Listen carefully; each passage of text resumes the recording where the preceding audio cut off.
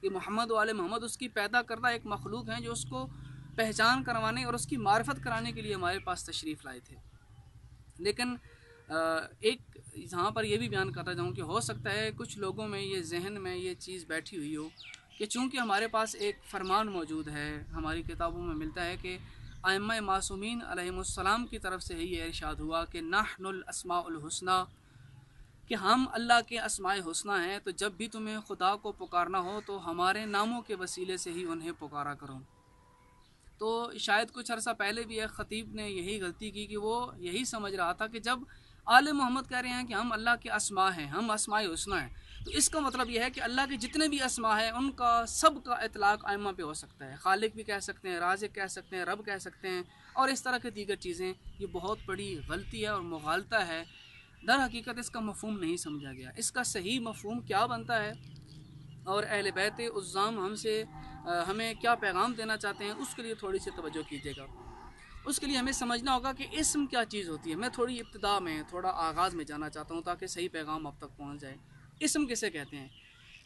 عربی زبان کے اندر جائیں تو اسم کی تعریف ہمیں ملتی ہے الاسم ما یعرف بہ ذات الشیء۔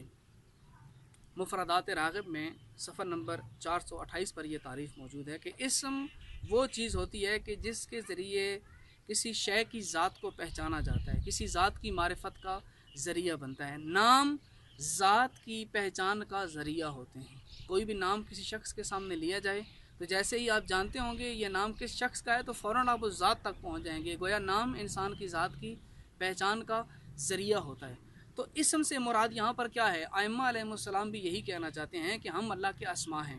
گویا کہ ہمارے ہی ذریعے سے، ہمارے ہی وسیلے سے اس کی معرفت ہوئی ہے۔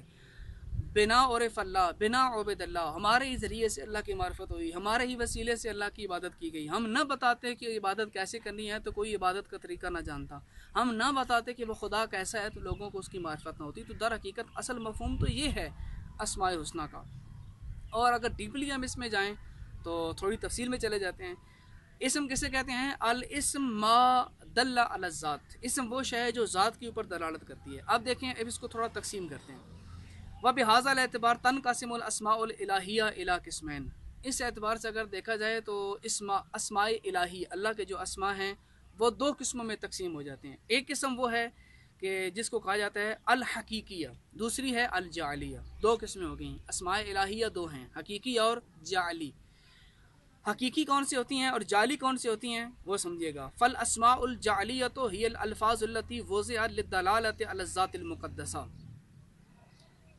اسماء جعلیہ وہ ہیں کہ جن کو خود بنایا گیا ہے، جن کو تالیف کیا گیا ہے، جن کو خلق کیا گیا ہے صرف اسی لیے تاکہ وہ ایک مقدس ذات کے اوپر دلالت کر سکیں۔ لفظ اللہ ہے، لفظ رحمان ہے، رحیم ہے، خالق ہے، رازق ہے، رب ہے، یہ سارے اسماء لفظیہ، یہ اسماء لفظیہ ایک ذات پر دلالت کرتے ہیں۔ تو چونکہ یہ اسماء ہیں اور ان کے ذریعے ایک ذات کو پہچانا جاتا ہے تو اس لیے ان کو اسم کہا جاتا ہے اور یہ اس کی ذات کی پہچان کا ذریعہ بنتے ہیں۔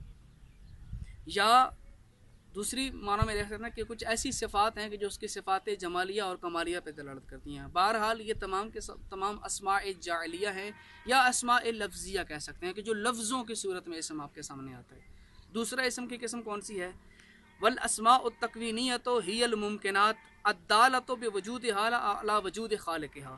دوسری قسم وہ ہے جو اسماء لفظی نہیں بلکہ اسماء تکوینی اور خارجی ہیں۔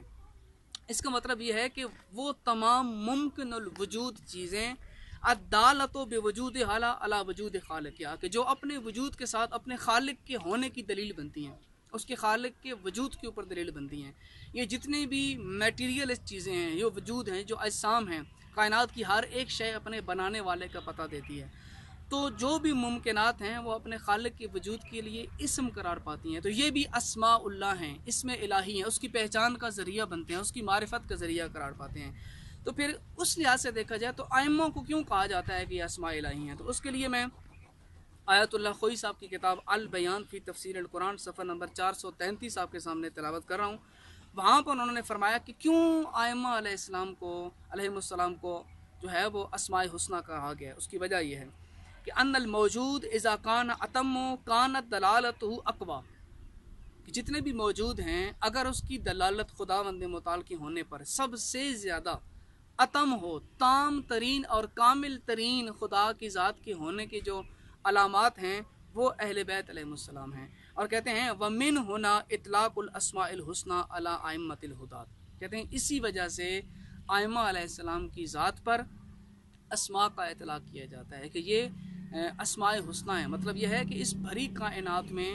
خدا کے ہونے کی سب سے بڑی دلیل یہ اہل بیت علیہ السلام کے مقدس وجود ہیں۔ ان کی مقدس تعلیمات ہمیں بتاتی ہیں کہ ایک ذات ہے جس نے ہستیوں کو بنا سنوار کے بھیجا، ان کو تعلیمات دے کے بھیجا، ان کو قوت اور طاقت دے کے بھیجا، ان کو علم دے کے بھیجا، تو ان کے وجود اپنے خالق کے ہونے کی اقوی ترین دلیل ہیں اور اتم ترین مصداق ہیں یہ۔ اور چونکہ یہ اتم ترین مصداق ہیں اسی لیے ان کو اسماء حسنہ سے تعبیر کیا جاتا ہے، جیسا کہ بعض روایات میں بھی آیا ہے۔ اور اس کے بعد بہت ہی خوبصورت عبارت ہے،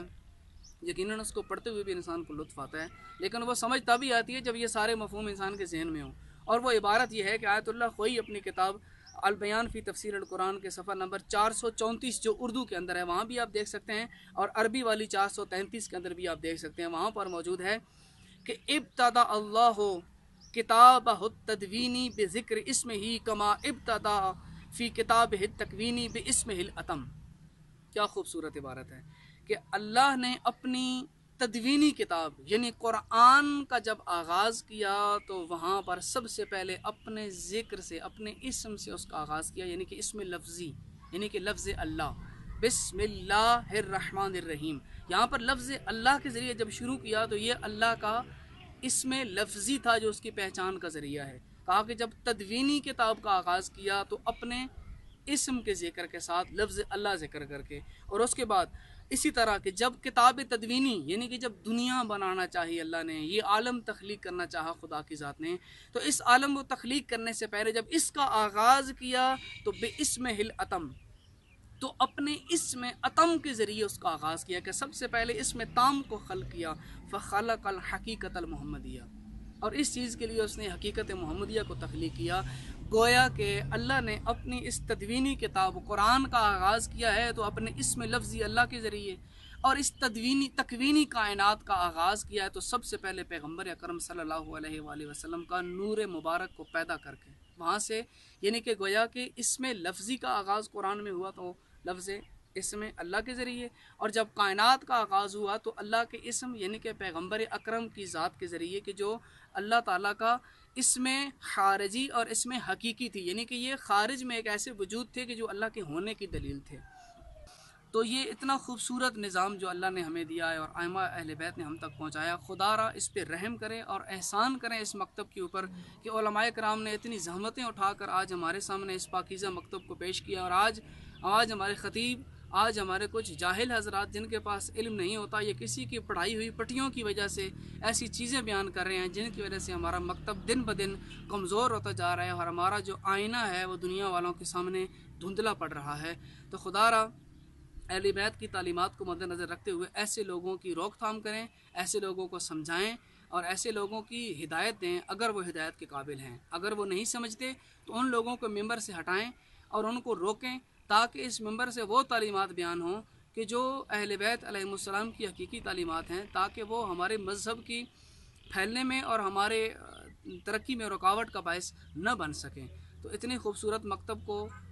بہترین انداز میں لوگوں تک پہنچانے کے لیے ضروری ہے کہ ہم اس ممبر امام حسین کا تحفظ کریں، اور بالخصوص اس خطیب سے میں گزارش کروں گا کہ اگر واقعاً تمہارا یہ عقیدہ ہے جو کچھ تم نے کہا ہے تو خداوند متعال سے توبہ کرو، اور اگر تمہیں کسی نے غلط فہمی میں ڈالا ہے، کسی نے تمہیں غلط تعلیمات دی ہیں اور یہ لکھی لکھائی تقریر تمہیں کسی نے دی ہے کہ جا کے تم ممبر پر پڑھو تاکہ تشیع کا چہرہ بدنام کیا جائے، تو اس قسم کی تقاریر کو پڑھنے سے اجتناب کرے اور اپنے عقیدے کی اصلاح کرے۔ اسی کے ساتھ آپ سے اجازت چاہتا ہوں، خدا حافظ۔